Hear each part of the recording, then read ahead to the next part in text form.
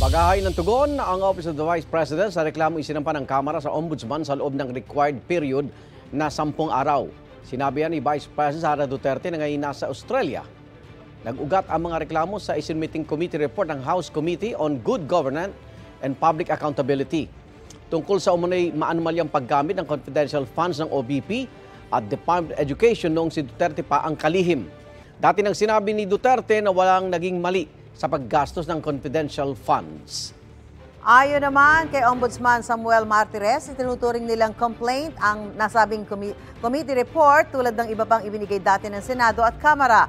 Bibigyan daw nila ang Kamara ng sapat na oras para isumite ang tugon nito, oras na magkontra sa laysay ang bise at iba pang mga respondents. Kung hindi raw makikipagtulungan ang komite ng Kamara, mapipilitan daw ang Ombudsman na isight sila in contempt.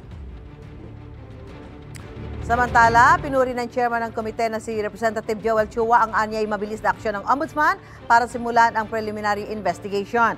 Tila nakita raw agad ng Ombudsman ang kalakasan ng kanilang committee report kahit wala pa silang ebidensyang ipinapasa. Gusto mo bang mauna sa mga balita? Mag-subscribe na sa GMA Integrated News sa YouTube at tumutok sa Unang Balita.